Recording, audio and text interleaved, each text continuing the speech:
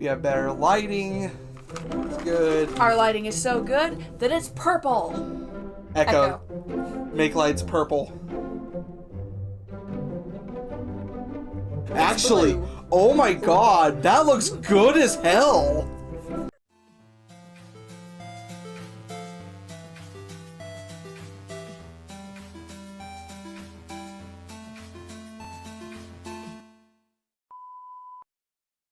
We're back with more Bard's Tale. Billie has not been shutting up about me playing this damn game. You know why? Alright, there's my... I did not kill the rat. The chicken. So I'm gonna pretend that never happened and move on. You do need to go back to the store and get your weapons again. Alright, where's the store? You're going south. The inn on the map Oh! is north. I thought you said west. And there goes our lights. I yeeted him too high. You can close the map now. Armor. I guess you got the Plays 420. it. My armor's some of the best. If it were me, I'd have... I'm out of here. Alright, now what the fuck was I doing? Because it's been like a month. You need to go to the Houghton Woods and get Kettle Swart out of prison. When Roxy growls, she has found something that she can dig up for you, or you can, Oh, that's right, I have a dog. Yes, and her name is Roxy. Or his name is Roxy. What does that mean again? When the dog growls, either there is a groose that the dog can chase, or there is something that the dog will dig up and give you. I love this spider. The spider is great. 10 out of 10 first thing it gives you, aside from the rat. Which, between the time of the last time we recorded and me saying that there was some story with the rat, I found out that the Steam version gives you the manual online. And well, let me read it. You to just pull out your laptop in the middle of our show. Maybe. Because I want to read you the backstory of the Bard. Oh, I already have this open. The Bard was born to a working-class family in a small country village, 1 year after the new millennium had turned. His parents, Edmund and Adelaide, had married 2 years earlier. While Edmund was suffering from an ailment spreading through the globe like a plague, many believed this plague was the means to end the world because of the new millennium approaching.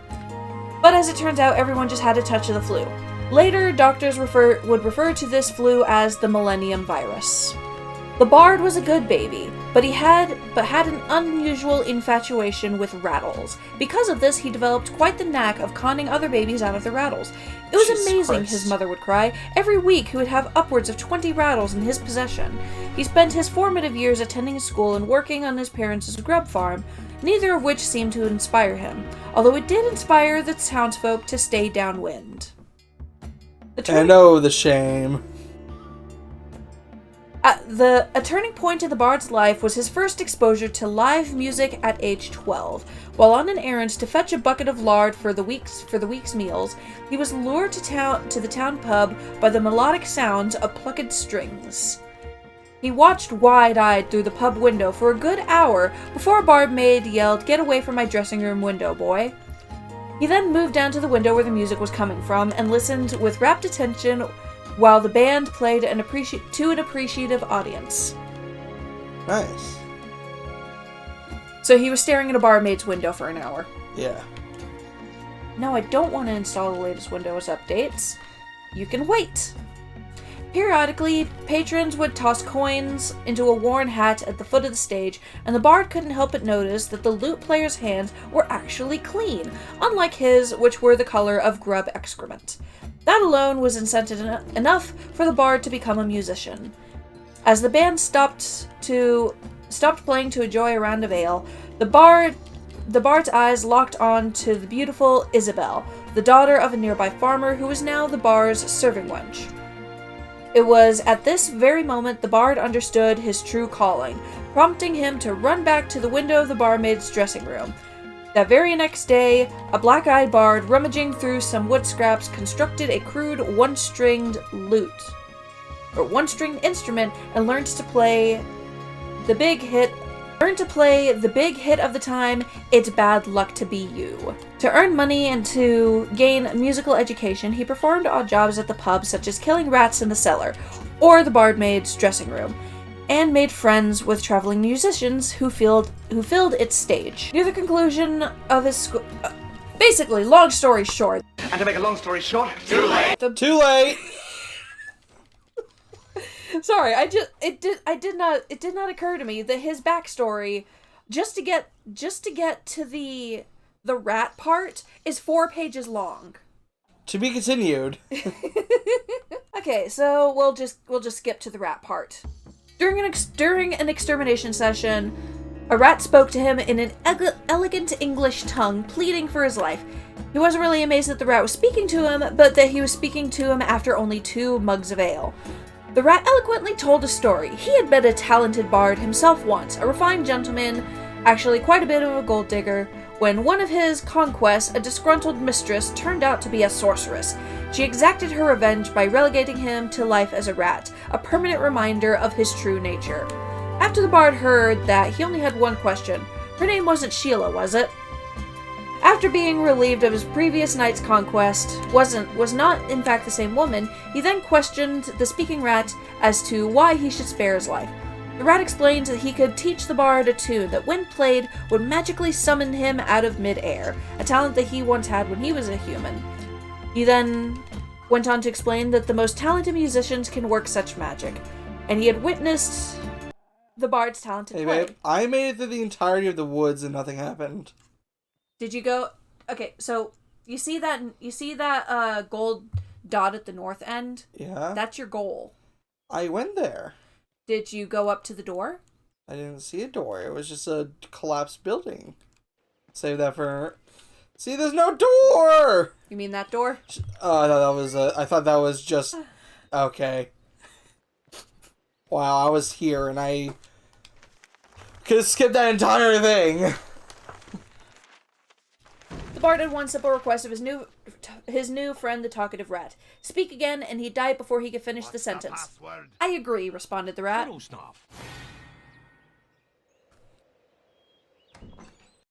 And then blah blah blah blah blah, the story takes us to the drunken rat, where this story begins. You aren't supposed to be here. Well, good thing I didn't ask your permission. Fiddle snarfs. Hey, you can't say that word, that's our word. Which one of you bloody heathens is Kettle Swart? Bannerfeet sent me here to set you free. I'm Kettle Swart. No, it's not. I'm Kettle Swart. Like hell, I'm Kettle Swart. To hell with them.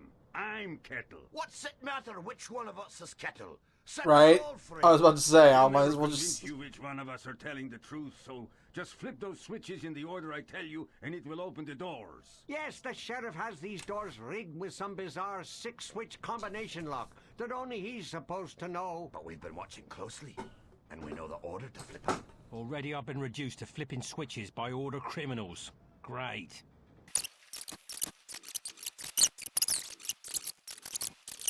Do me wrong. Oh, get to the good part.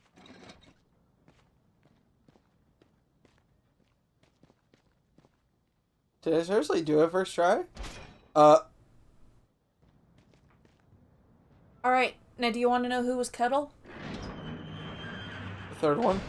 See how easy that was? Yeah, haven't had this much fun since I was almost barbecued by a giant rat. I don't know why you did this, but I'm most thankful. It's a long story. Maybe you'd like to have a seat while I tell you about it, in the middle of a Kunal Trow-infested jail. Let's get out of here before I regret what I've done. More than I already do. Should I have listened to him the whole time? Yes, this one is Kettle. Oh, okay. What happens if I got the other guys to survive? Ah! They all would have left. But nothing extra would have happened.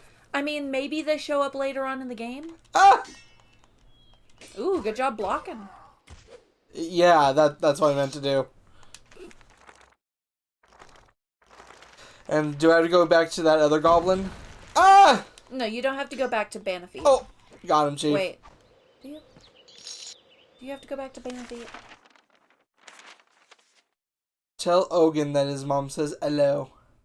Return to Benefit in the Fairy Hunt Woods. Yes, then. I was sitting here like, when did you run into Ogun? Oh, no, you ran into his mom. His mum. Yes. His mom is a sweet lady. Alright, where am I going? Where am I off to? You're a dog after me own heart. Don't forget you don't have any spiders out. Well, I'm gonna find Benefit, well, in the next episode. Because that's how cleanly I do these, right? Love you. Love you. Sorry, I spent most of that episode reading just to realize, oh, this is longer than I thought.